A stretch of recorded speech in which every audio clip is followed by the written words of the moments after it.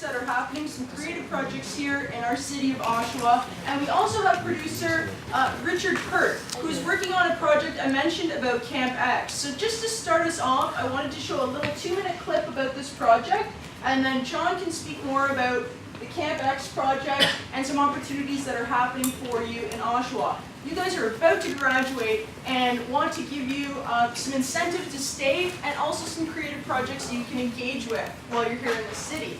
So, I'm going to show you this really interesting, it's the first one, Rich? Wonderful. Open this up.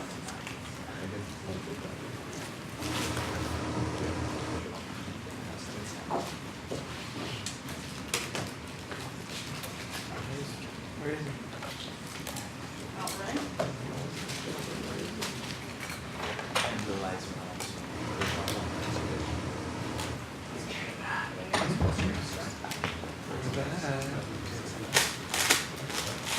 Magic.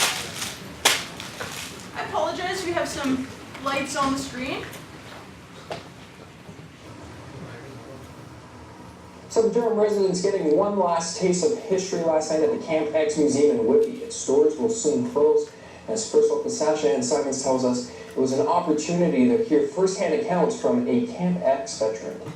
Tried to do the best job I could, and I think I did. Sharing a sense of the past to appreciate the present. That was the message from Camp-X veteran Evelyn Davis. In an intimate gathering at Whitby's Centennial Building, Davis shutting down the myths and spreading the truth about this often forgotten piece of Canadian history. Because it was, we were under the Official Secrets Act and the whole bit, we never bothered talking about it. This was in the past. And then in the 1970s, interest became, there was more interest in the 70s, and more was written about it, and then after that it just seemed to become more important. A communications operator at the time, Davis says she uncovered many of the hidden truths years after the Second World War. Her late husband, Les, is also a Camp-X veteran. Davis still holding on to their special memories from that time. Pictures from the camp. I have about 7 binders, which I have pictures in of my husband's things, and a key and his passport. And I brought my uniform. Davis says that this is probably going to be her last speaking event, making it the final opportunity to meet with the Camp-X veteran. Now, something else the public will lose: the Camp-X Museum. We will be maintaining a small sort of mobile museum where we'll still be able to show up at heritage events and schools and show some of the smaller artifacts. Today is the last day the Camp-X artifacts will call the Centennial Building home. The Historical Society plans to move those memories online with a virtual tour. In Whitby, Sasha Ann Simons, First Local. So this sets the stage. Once again, I want to welcome our Mayor of Oshawa, John Henry. Thank you very much. I want to say thank you for the invitation to come and speak here. I was here last night for Prescription to Rock, which was amazing, and there's another event taking place in the cafeteria later tonight, and when you're done here, if you go, I'm sure you'll be amazed. I'm really lucky because I get to tell 2 stories. I get to tell the story about today and what Oshawa has become, and you may not be aware of this, so I'm going to give you my elevator speech. You know, we're the only city in all of Canada with 157,000 people that has 4 universities: UOIT, Trent, University of Windsor, Queen's, Durham College, both rail lines, CN, CP. We have a deep water port. We have an airport that's double the size of Buttonville and 5 times the size of Billy Bishop. We have the greatest hockey team in Ontario, the Oshawa Generals, much better than the Leafs. And we have a community museum down at the lake. We have the 5th largest collection of publicly owned art in Ontario in our gallery with over 4,000 pieces. And we have our history today. But what you don't know is you don't know about the history of the past and where Oshawa contributed to World War II in ways that you'll never know. For example, R.S. McLaughlin, tighten the lug nut on the 500,000th truck that came off the line here at General Motors. The parts for aircraft were manufactured here in the city of Oshawa, and the DIL Industries, who made more bombs than any other business or in North America or in the world, was based in Ajax. And it's the story about what Oshawa is and what Oshawa became. So during World War II, Oshawa was a leader. And you never truly hear the Oshawa story. It's, even today in the news, the story is about what's going on in Rob Ford's life. It's not what's going on here tonight. That we seem to be seen and not heard. And what's really exciting is when I was growing up in the 60s, I can remember Camp-X. I can remember driving down Thornton Road. I can remember seeing bits and pieces of it. And what you don't know is the last surviving building from that era is still in existence on Dixon's Road.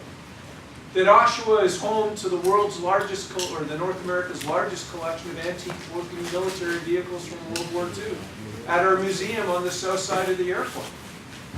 And that during World War II, you could find people from Camp-X all over the place. And if you go down on the side of our PUC building, our utilities company, down on Metcalf Street, you can see a painting of a scene from Camp-X, talking about what went on at that camp. It's an amazing story. That how members or people that were trained there ended up everywhere. There's stories about people appearing in fields in the middle of the night, aircraft taking off from the airport. But it's the stories about the people that traveled to the Janosh Hotel to maybe have a beer. It's about the stories of the people that sat down at R.S. McLaughlin's house to have a conversation about what was going on. And it's the story where people from around the world came here to train, who went and make a difference somewhere in the world, and how those stories may never be told. You know, after the war, when things ended in Oshawa, we're very lucky. You may not know this, but just down the street, we're home to the General Sikorski's Polish Veterans Home, where Polish veterans came and immigrated back to Canada after they were trained here, whether it was at the airport or whether it was at Camp-X. And how we have 2 legions, a Canadian Corps.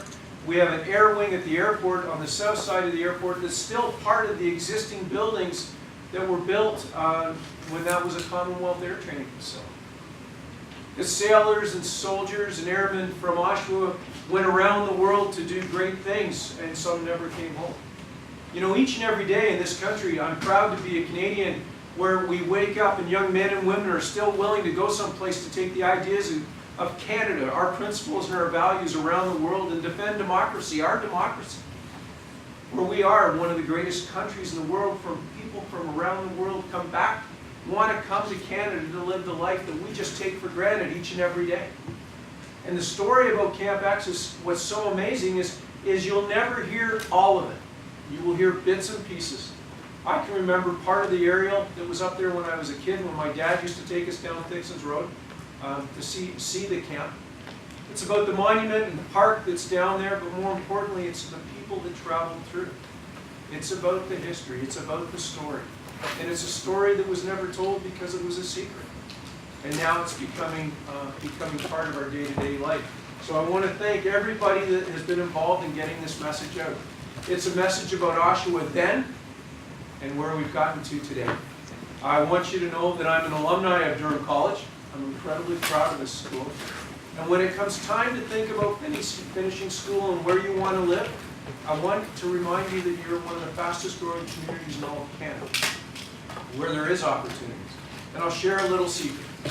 We're also a community that has 100 kilometers of dark fiber optic cable that's already strung through the city. And you can imagine what we can do when we can light it up.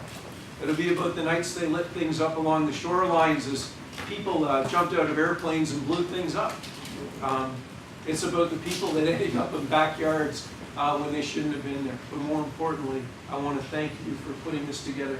I want to thank the team that came into City Hall to capture some moments. And if you really do get a chance, in May when the museum opens up on the south side of the airport, where the Ontario Regiment has their museum, go down and take a look at your history. Because if we remember the history, we'll never repeat it. So thank you for the opportunity to come today. I'm going to hang around for a while if that's okay. Absolutely. And I'll take any questions if you have any, and if not, just have a great weekend and enjoy your Easter.